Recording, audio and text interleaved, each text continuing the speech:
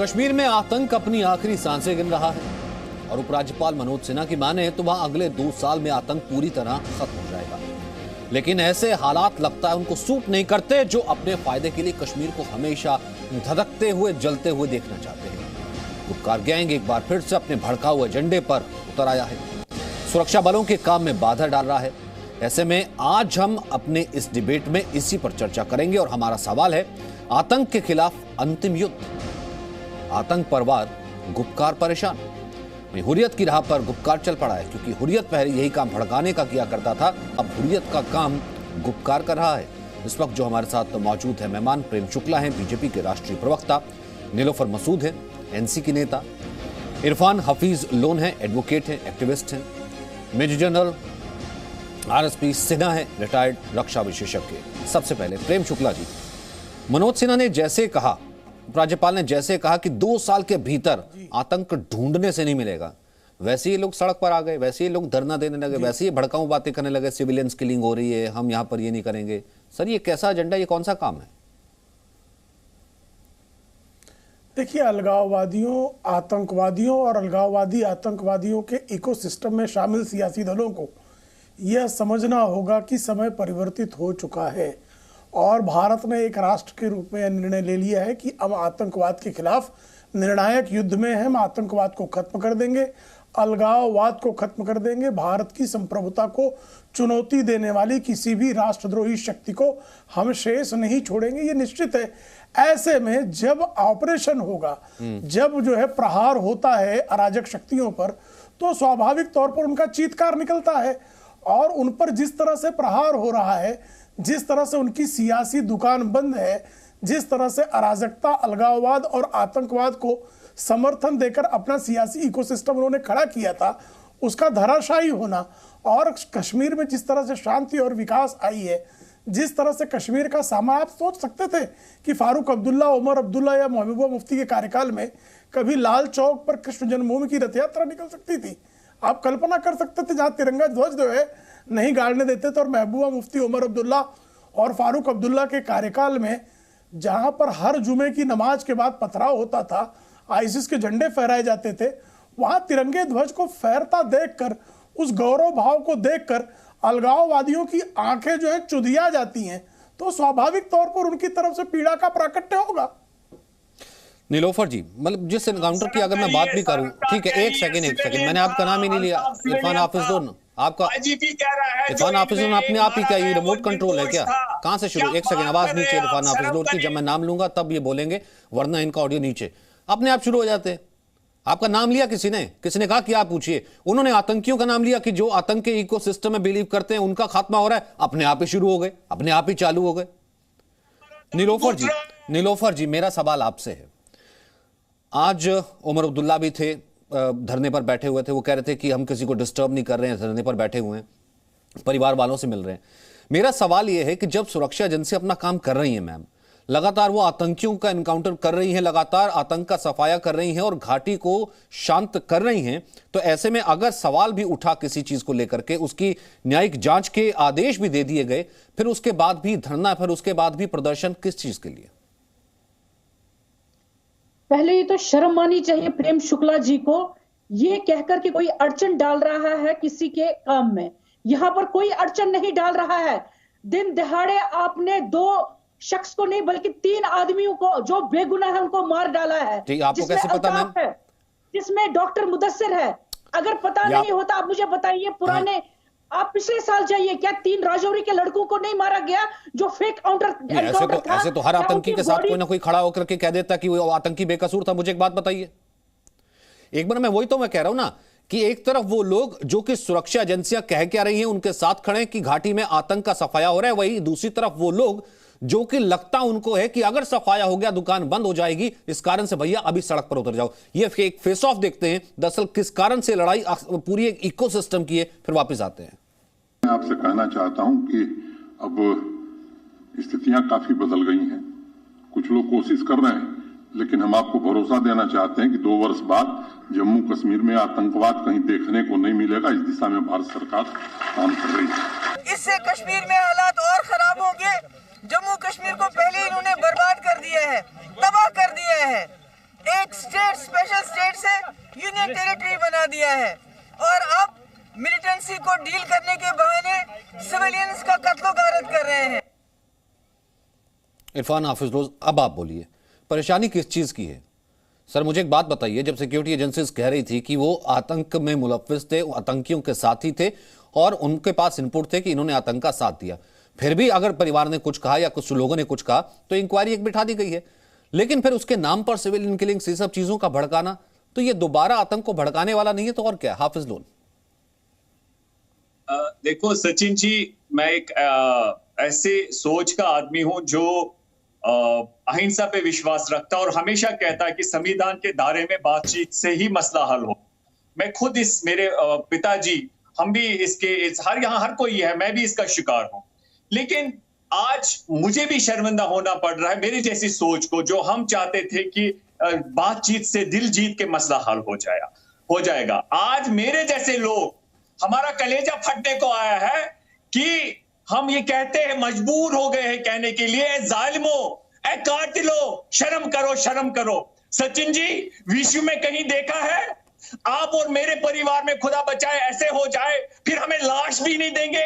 जब सरकार कहती है अल्ताफ निर्दोष है और अल्ताफ निर्दोष है, आईजीपी कहता है और उसकी बेटी एक सेकंड रुकिए ना, एक सेकंड रुकिए। आपने तो बहुत जल्दी से पर्चा फाड़ दिया ना कि अल्ताफ निर्दोष है। नहीं, आपने तो बहुत जल्दी से सुरक्षा एजेंसियों को कटघरे में खड़ा करके पर्चा फाड़ दिया ना कि वो निर्दोष है। निर्दोष तो बुरहान वानी भी था। एक सेकंड, मेरा एक काउंटर ले लीजिए, है ना?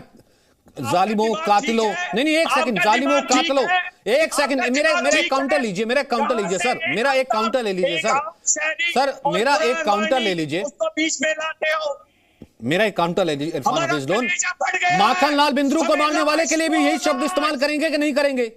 उस गोलगप्पे वाले को मारने के लिए भी यही शब्द इस्तेमाल करेंगे कि नहीं करेंगे? जिन्होंने मेरी सुपीदर बहन को, गोलगप्पे को, बिंद्रू वाले को, और वो भी दहशतगर्द है जिन्होंने अल्ताफ को, डॉक्टर मुदस्सिर को, परवेज गोजर को मारा। हमें लाश दो। एसपी सिन्हा साहब उस दिन धरने पे नहीं बैठे थे, नहीं उस दिन इनका कलेजा फटने को नहीं आया था। एसपी सिन्हा साहब, जब माखनलाल बिंद्रू को मार दिया आतंकवादियों ने सरेराम, वो कश्मीरी हिंदू होकर के, तब इनका कलेजा फटने को नहीं आया। आज एक आतंक के साथी को, जो आतंक का साथी है, सिक्योरिटी एजेंसीज कह रही फिर भी जांच बिठा दी गई है, आज इनका कलेजा फटने को आ रहा है। एसपी सिन्हा की आवाज सिर्फ। सचिन, अरे पहले लोन का आवाज बंद करो यार, इसको वर्बल डायरिया है, बंद करो आवाज। मैं समझाना चाहता हूं समस्या कहां है। समस्या ये है कि महबूबाज अब्दुल्ला ने सपनों में भी नहीं सोचा था कि 370 खत्म होगा। उन्होंने सपनों में नहीं सोचा था कि वो सत्ता को जितना प्रभाव कश्मीर में डालते थे वो पूरी तरह से ख़त्म हो जाएगी, जो कि ख़त्म हो रही है। तीसरी बात, वो 370 और स्पेशल स्टेटस कश्मीर का उठा के वो इतने भ्रष्टाचार में तृप्त थे, और महबूबा भी कर रही है कि बर्बाद कर दिया कश्मीर को। अरे कश्मीर को तो तुमने बर्बाद किया। पाकिस्तान परिस्थिति तुम करती रही हो, तुम कहती रही हो पाकिस्तान से बात करो। जब तिरंगा हिंदुस्तान का वहाँ लाल चौक में नहीं फैलता था, फहराया जाता था और तिरंगा को पाँव से लोग रौंदते थे, उस समय तुम कहाँ थी? तुमने 700 पत्थरबाजों को अरेस्ट करके उसको फिर छोड़ दिया कि भटके हुए नौजवान हैं। तुम law and order state subject है, तुमने क्या रोल किया? तुमने कश्मीर का विकास कैसे किया, ये देश को जवाब दो। तुमने अपने चीफ मिनिस्टर के डिस्क्रिशनरी डिजास्टर फंड से अपनी मां को 2 लाख रुपया ट्रांसफर किया। अब तुम बड़ी बड़ी बातें कर रही हो। सवाल ये है कि जो टेरर स्ट्रक्चर का जो पूरा स्ट्रक्चर है, जिसमें पाकिस्तान है, महबूबा है, अब्दुल्ला है, OGW है, स्लीपर सेल्स है, रात में जो शेल्टर देते हैं वो है, म्यूनिशन देते हैं, खाना देते हैं, इंटेलिजेंस इनपुट देते हैं कि अभी सेना यहाँ आ रही है, भाग जाओ। और जब आतंकी पकड़े जाते हैं तो कवच के रूप में वो पत्थरबाजी कर लेते हैं और उससे आतंकवादी को भगाने में उनको आसानी हो जाती है। ये लोग हैं, इनको पेट में दर्द है। आम जनता को मुझे नहीं लगता है कि पेट में दर्द। आम जनता तो विकास का परिवर्तन देख रही है, विकास कैसे हो रहा है देख रही है, तो वो तो खुश हैं। लोगों को चाहिए रोटी, शांति से परिवार के साथ रहें, ये लोगों को चाहिए। रोजगारी चाहिए, एप्पल इंडस्ट्री रिवाइव होना है, कारपेट इंडस्ट्री रिवाइव होना है, टूरिज्म रिवाइव होना है। इन लोगों ने तो सत्यानाश कर दिया सब। महबूबा क्या बात करती है, बड़ी उल्टी उल्टी बातें करती है। पेट में दर्द यह है कि अब पाकिस्तान का ये जो उनको आका है इन लोगों का, उसको खुश नहीं कर पाएंगे ये लोग, क्योंकि ये लोग अब असहाय हो गए हैं, ठीक है, पावरलेस हो गए हैं। नीलोफर, देख रहे हैं कि मैं वही चीज तो कह रहा था ना नीलोफर, वो जलता हुआ कश्मीर किसको अच्छा लगता है? तेज गति से कि हर रोज का बंद कश्मीर, जलता हुआ कश्मीर, बच्चों के हाथ में पत्थर, और हर रोज जो है कर्फ्यू, वहां पर कोई जा पा नहीं रहा है, सिविलियंस की किलिंग, कहीं पर भी बम ब्लास्ट, पाकिस्तान का आतंक भेजना, या फिर इस वक्त का खिलता हुआ कश्मीर जहां पर बिल्कुल उस तरफ रुख किया जा रहा है कि कश्मीर में अब बिल्कुल अमन और शांति और चैन होगा, एकदम आतंक फ्री। किसको नहीं अच्छा लगेगा ये? ना तो आज पत्थरबाजों की बात है, ना ही विकास की बात है। अगर बात है तो उस एनकाउंटर पे जिस पर सवालिया उठाया गया है, अगर सवालिया निशान उनके घर वाले उठा रहे हैं तो मजिस्ट्रेट जांच के आदेश दिए तो मैम, जांच तो आपने दे दी। आप मुझे बताइए, आप पहली स्टेटमेंट विजय कुमार जी जो आईजी है उसकी स्टेटमेंट देख लीजिए, उन्होंने क्या कहा। अल्ताफ एक ओनर है, एक बिल्डिंग का, एनकाउंटर होगा। डॉक्टर मुदस्सिर पेट में दर्द होता है क्योंकि आतंकी के शुभचिंतक हैं, ये पार्ट है टेरर स्ट्रक्चर के हिस्सा है। ये लोग टेरर स्ट्रक्चर के हिस्सा हैं, इनको पेट में दर्द हो रहा है क्यों इनके सेना साहब एक सेकंड जाने देते हैं, सेना साहब एक सेकंड, मैं जरा इनका पॉइंट समझ तो लूं। नहीं, आखिरकार मैं पॉइंट समझ तो लूं, क्योंकि भाई आतंकियों के साथ ही यही आरोप लगा, आतंकियों के साथ ही, और उनको शेल्टर देना, उनको शय देना, फिर उसी के हिसाब से जब भागते हुए आतंकियों के साथ ही थे तो तब एनकाउंटर होता है। ये सर्कमस्टेंस में फिर भी अगर परिवार सवाल उठाता है तो मजिस्ट्रेट जांच के भी आदेश दे दिए जाते हैं। लेकिन मैं वही तो समझना चाह रहा हूं कि ये पॉइंट क्या है? पॉइंट ये सिर्फ एनकाउंटर है या फिर पॉइंट ये है कि 2 साल में कश्मीर आतंक मुक्त हो जाएगा? उससे सबसे बड़ी प्रॉब्लम है मैं यही पॉइंट समझना चाह रहा था। एक सेकंड एसपी सिन्हा साहब, निलोफर अपनी बात पूरी कर लीजिए, फिर उसके बाद प्रेम शुक्ला। मुझे बताइए, क्या आपने स्टेटमेंट आईजी साहब की नहीं सुनी? क्या कहा उन्होंने स्टेटमेंट में? 2 सिविलियन क्रॉस फायरिंग में मारे गए। अगर उन्हीं के फैमिली मेंबर्स उनके बॉडीज को चाहते हैं कि वो लास्ट राइट उनके अपने मजहब के हिसाब से करें तो क्या गलत है? आपने चेहरा तक नसीब नहीं किया उनको दिखाने के लिए। लोग सड़कों पर अगर आए हैं, मजबूर आप कर रहे हैं।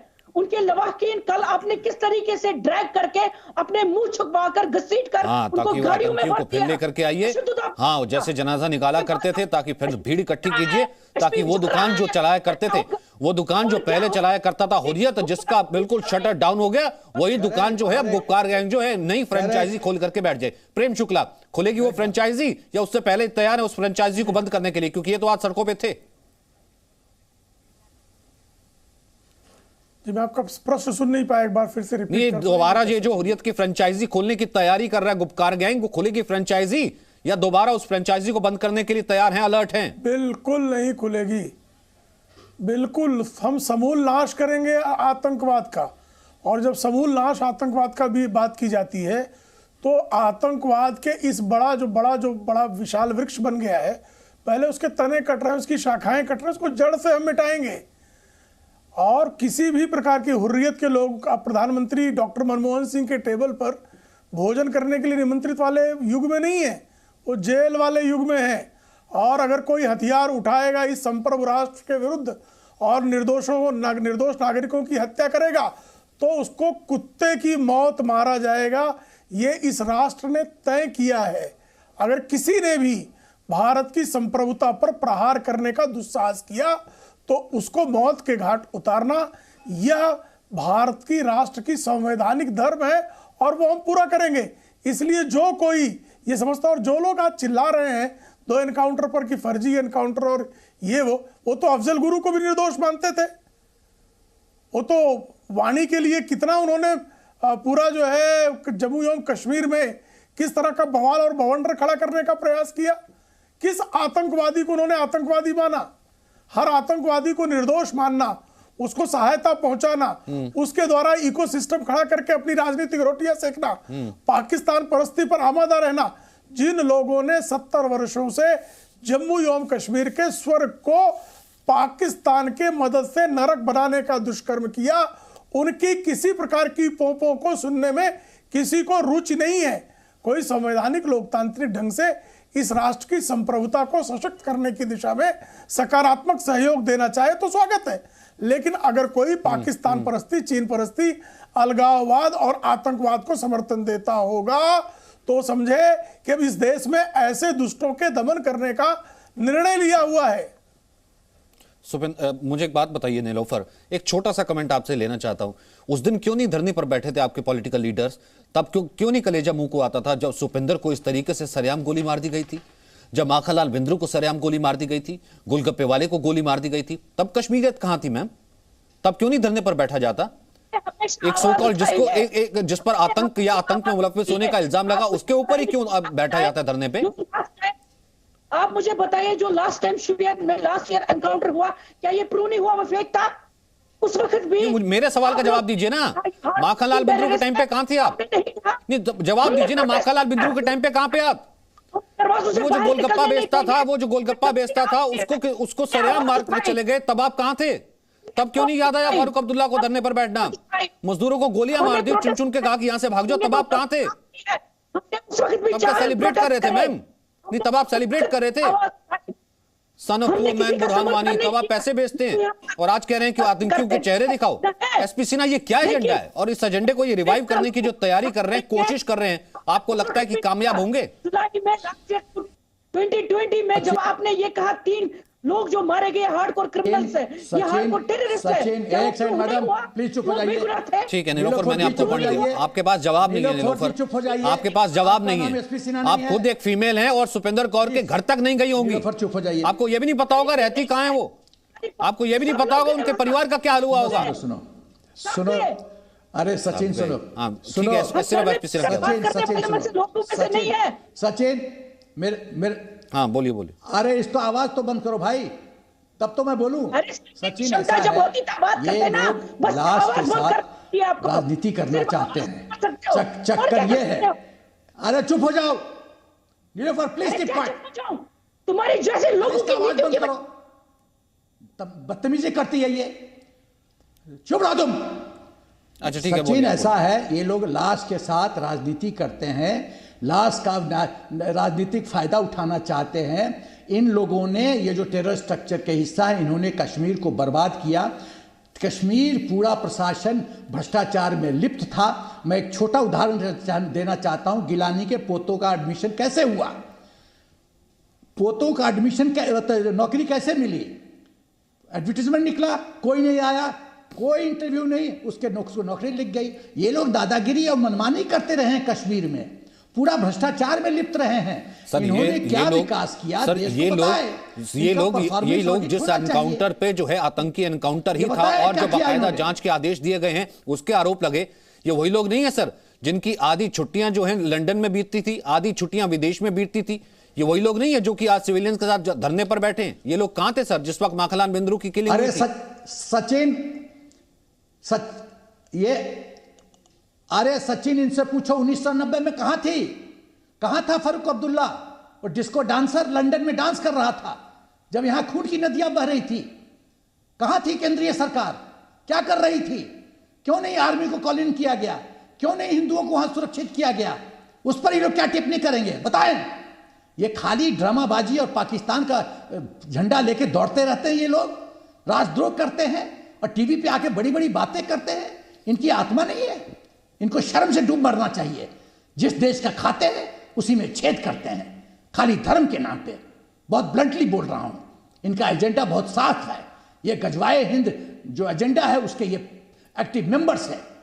इनको अब सबक सिखाने का टाइम आ गया है कि इनकी दादागिरी इस तरह से नहीं चलेगी। ठीक है, भारत को सुरक्षित करना होगा। हाफिज मैं आपको एक बार दोबारा मौका देता हूं जो चुनौती देती है, और इस बार उम्मीद करता हूं कि आप पॉइंट पर रहेंगे। भाई, अहिंसा के अगर आप पुजारी हैं तो हिंसा का तो हर कोई चाहता है ना, आम कश्मीरी भी हिंसा चाहता है, लेकिन कश्मीरियों के खिलाफ ही अगर कोई बंदूक उठा ले, वहां कत्लो गारत करने लगे और मारने लगे, तो फिर उसका तो एनकाउंटर होगा ही ना। तो अगर किसी पर संदेह आया उसके लिए जांच के आदेश दे दी गए, इसमें कैसा बवाल? ये अमन पसंद कश्मीर पसंद नहीं? सचिन जी, इस बात को आपको समझना होगा। मैं फिर से दोहराना चाहूंगा कि जो पुलिस है वो कहती है कि जो अल्ताफ है जो मारा गया ये निर्दोष है, ये सिविलियन है, और आज उसका परिवार ये कहता हमें उसकी लाश दो। उस एरिया में रेस्ट्रिक्शन आप लगा सकते, उन्हीं के परिवार को दे दीजिए, बाकी लोग नहीं जाएंगे। लेकिन आपसे ही मैं पूछता हूं, आप पे जमीर पे, आपकी विजडम पे छोड़ता हूं। अब भारतवर्ष के लोग, मीडिया, ये मानवता का मुद्दा है, हमारे साथ खड़े हो जाइए अगर आप हमें अपना समझते हैं और मांग करिए कि इन्हें लाश दी जाए। ये कितना जुल्म है। मैं यही खाली कहूंगा, आप कैसे क्लीन चिट दे रहे हैं? मुझे एक बात बताइए, जब आतंकवादियों के साथ मिलने का जब आरोप लगा, आतंकवादियों के साथ उनको हेल्प करने का आरोप लगा, आतंकवादियों को शह देने का आरोप लगा, तो मुझे एक बात बताइए, आप क्लीन चिट कैसे दे सकते हैं सर? फिर तो आप बुरहान वानी को भी क्लीन चिट देंगे, जो कि देते हैं हमेशा। बुरहान वानी था आतंकी सर।